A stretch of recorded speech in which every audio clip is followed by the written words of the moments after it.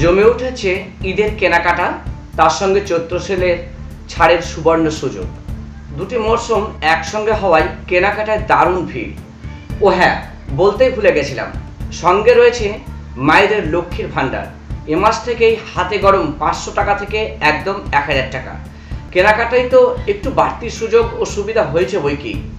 আজ রামপুরহাট শহরের কেনাকাটার ভিড়ের ভিডিও ফুটেজ নিতে গেলে বোঝা গেল লক্ষ্মী ভাণ্ডারের টাকাও অনেকের অনেক কাজে এসেছে।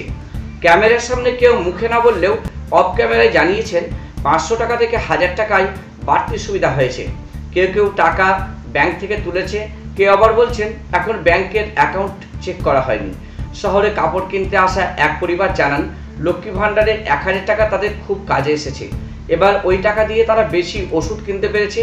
টাকাটা না পেলে হয়তো অত টাকার ওষুধ কেনা সম্ভব হতো না।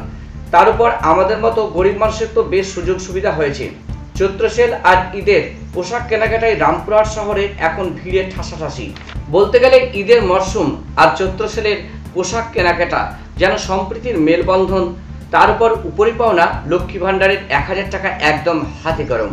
The news today Bangla.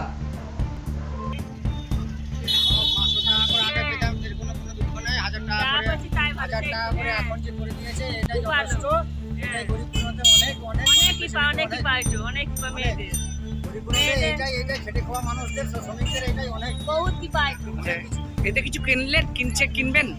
হ্যাঁ নিশ্চয়ই, 1000 টাকা করে পেলে তো অনেক আমাদের খেটে খাওয়া মানুষদের অনেক কিছু মানে উপকার হয়ে যাবে। চাষিদের অনেক ফেসিলিটি, চুরামাটি যা দাম বেড়ে গেছে।